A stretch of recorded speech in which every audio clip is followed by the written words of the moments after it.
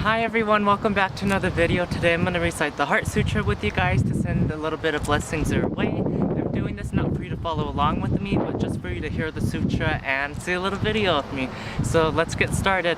Namo Avalokitesvara Bodhisattva. When practicing the profound Prajna Paramita, perceived that the five skandhas are empty and thereby became free from all suffering. O Shariputra, form is none other than emptiness. Emptiness is none different than form. Form is emptiness. Emptiness is form.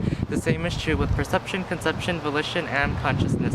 O Shariputra, all dharmas are characterized by dependence upon causation. They're neither created nor do they perish, neither increasing nor decreasing. Therefore in emptiness there's no form, no perception, no conception, no volition, no consciousness, no eye, ear, nose, tongue, body, or mind, no form, sound, smell, taste, touch, or object of mind, no realm of the eyes, up to no realm of consciousness, no ignorance nor its extinction, up to no old age and death nor their extinction. There's no suffering, no cause of suffering, no extinction, no path, no wisdom, and also no attainment, because there's no object to be obtained. The Bodhisattva, through practicing Prajna Paramita, have no obstacles in the mind. Having no obstacles in the mind, they overcome fear, ultimately realizing nirvana. All Buddhas of the past, present, and future, relying on Prajna Paramita, attain anuttara samyasambhuti. Therefore, one should know that Prajna Paramita is the great, bright, unsurpassed, and unequaled mantra, the destroyer of all suffering, the truth. A mantra Prajna Paramita should therefore be proclaimed. This is the mantra Gate, Gate, Pragate, Prasagate, Bodhisattva. Blessed be, guys. I hope I did that right.